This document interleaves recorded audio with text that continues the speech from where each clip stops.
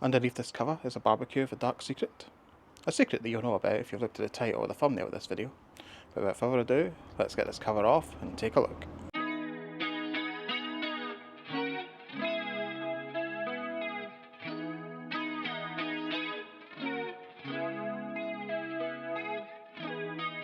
Yes, in this video we're looking at the Landmann Fryton, and it's the first gas barbecue I know of that has a built-in air fryer. I picked up this barbecue on Black Friday last year, and at the end of this video we'll have a look at the pricings that I paid and how much it's available for now and what bundles are available if you're interested. And it was to replace an Argos gas barbecue that I picked up in 2020. It was also a 4-burner, well, advertised as 4-burner, but it was very flimsy, had a lot of cold spots, and the warming tray was pretty useless. It always fell down, so I couldn't actually put anything on it. And yeah, and it was really hard to clean as well, so it wasn't the greatest. And all those notes were in the Argos reviews, so yeah, thumbs up to Argos reviews, better than the Amazon AI filled review or fake reviews. But 2020 picking up barbecue, so it was a bit limited to what you could get, and it was also my first barbecue for having a garden for the first time. But I saw this coming up in Hot UK Deals at Black Friday, and I thought, that's a great price, and I'm quite intrigued by this air fryer gimmick. So let's take a closer look.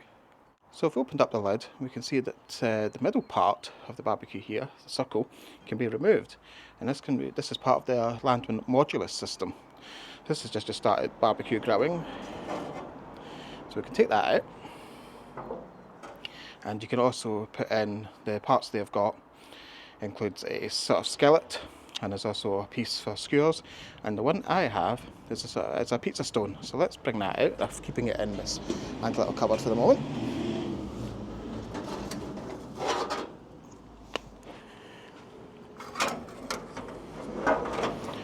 So let's just take that stone off for now.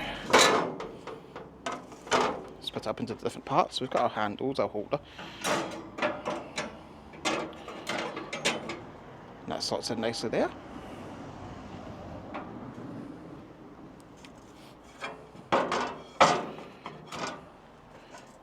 Then have a metal part.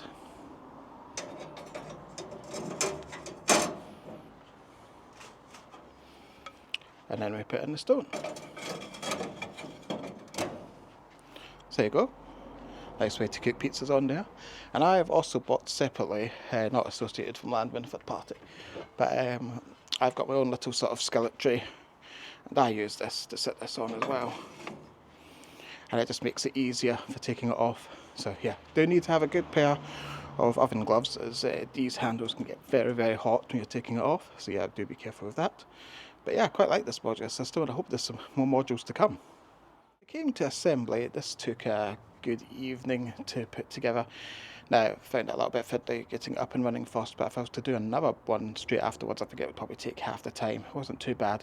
And another big difference from the Argos barbecue, I mean, I've already mentioned that the warming tray, this is so sturdy and stable. I mean, I'm giving it a good shake there, but yes, that holds everything really well. Is the side burner. So my Argos one, took it apart a couple of times, tried to get it to work, but I could not get that side burner working. But this one, straight ahead, works really well, and yeah, really sleek with its little lid. And if you're not using a side burner, just put that lid down. This is very sturdy as well. You can pop some parts on there, and of course the whole thing is covered in metal as well. And Landmann sell a range of metallic accessories, like a metallic kitchen roll holder, metallic drinks holders and things as well. And I'm sure you can get loads of third parties from other websites with metal pieces that you can attach to the barbecue as well.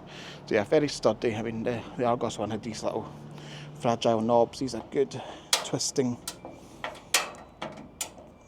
controls on this barbecue. So yeah, really fan of how sturdy and stable it is here. And we'll also have a look now at the controversial element perhaps of the air fryer itself. So it has some sort of pre-built functions in as well. So you've got a button you can just select if you're cooking chips, if you're doing peppers, mushrooms, bits, chicken nuggets, muffins, rosemary potatoes, and I believe that is defrosting, but I'll double check and I'll put a message on the screen if not. But you can set up your own temperatures and your own timings. If you did press chips, it suggests a temperature and a timing for them as well, but you can customise that. And it's not the biggest air fryer. It's quite It's quite a small basket. I'll get the exact litrage on there, but quite handy. The one barbecue I've had so far this year, I'll be using it today as well to try out some chips and things. But I guess the argument is, if you're going to be going inside the house anyway to get foods like chips from the fridge or the freezer, and you've got an air fryer in the kitchen anyway, why wouldn't you just do it there? Because otherwise you're still going into the house to get the products anyway, and the cooker's there. Do you actually need it all in this one unit?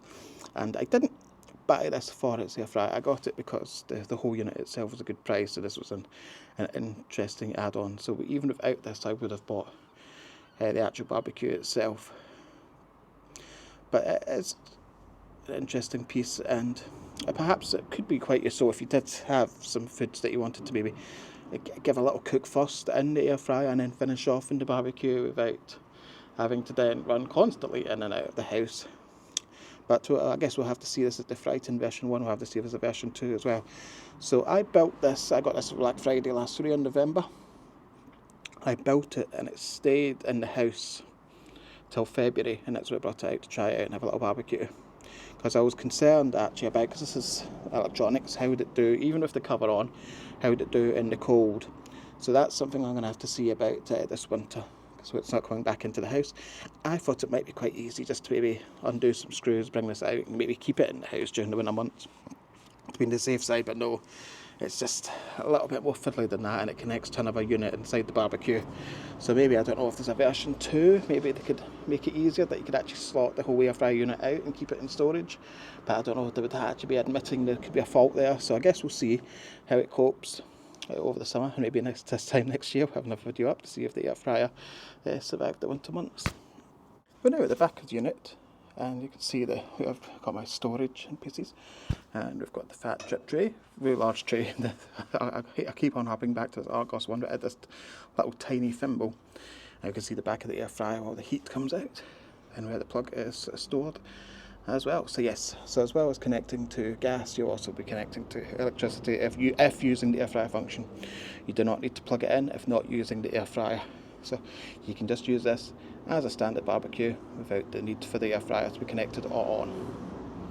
And what I do like is, again, my old barbecue, I had real problems scrubbing away, cleaning that, or having to put bits of foil underneath and stuff like that. On this, you have a great tray at the bottom that you can just easily slip out, and then you can bring that into the house and clean it up. So yeah, really pleased to how much easier this is to clean, and I think I'll be ending up using the barbecue more because of that. So we're now hooked up to electricity and to the gas, so let's get this lit up.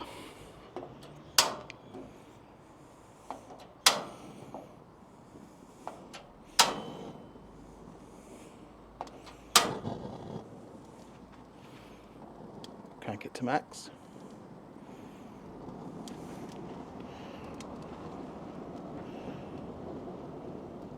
Here we go, all firing away. And so that side burner is controlled by this smaller controller.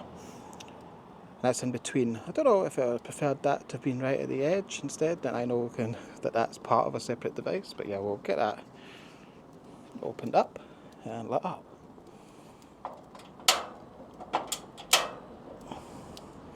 I don't know if it'll appear in the camera there, but we do have our flame and a nice heat coming from there. So yeah, all lights up pretty perfectly. So let's power on the air fryer function. So we've got this little touch panel. So we've got that power button there. We've got temperature controls on the left, timing controls on the right. So let's see what the maximum temperature is. It goes up to 200 degrees centigrade. And we'll hold down the bottom button so we don't have to keep on hearing the beep pressing down. And that goes down to 80 degrees as well.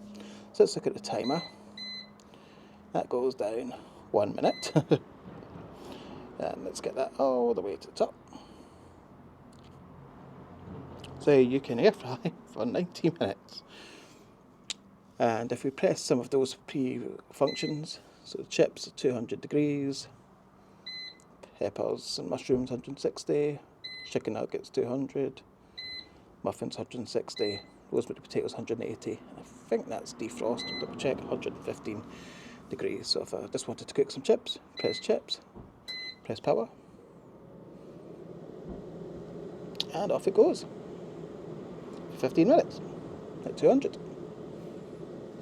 And you can hear the rumble of the air fryer there. So I'm just going to power off. And that keeps rumbling away till it dissipates the heat from the back. And we'll cook something in it shortly. So now we are cooking. We've got 4 double cheeseburgers on the grill, and we've also got some halloumi cheese in this little basket because halloumi loves going down the little crevices of the barbecue. And for the air fryer, we've got some frozen croquettes. So let's pop this basket up.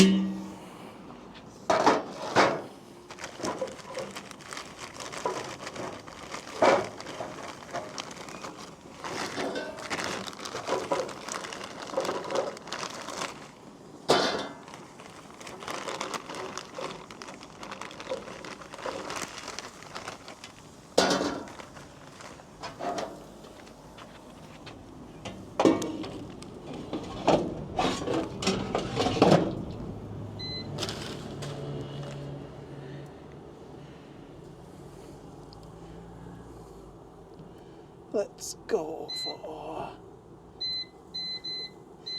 18 minutes at 200.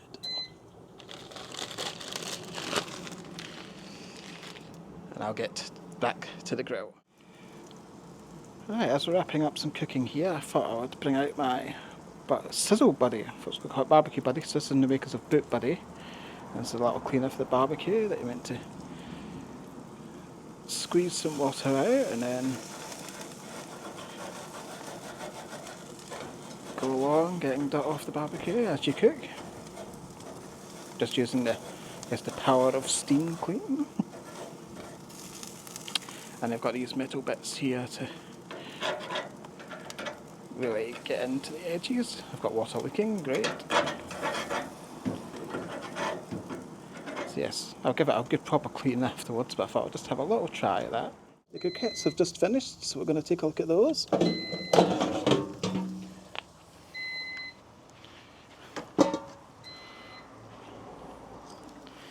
Look nice, crispy. Nice golden brown colour. Got my fork for a little taste.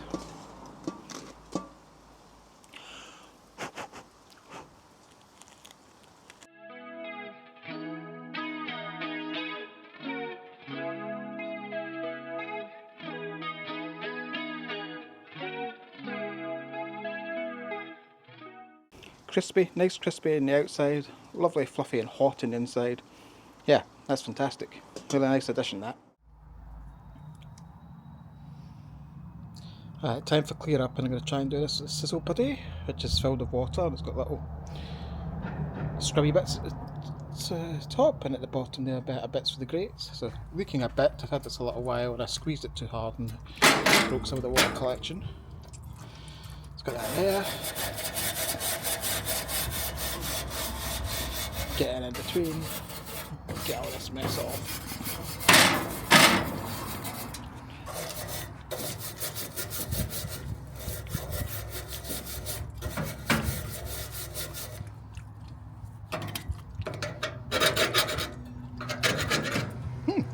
That works really well.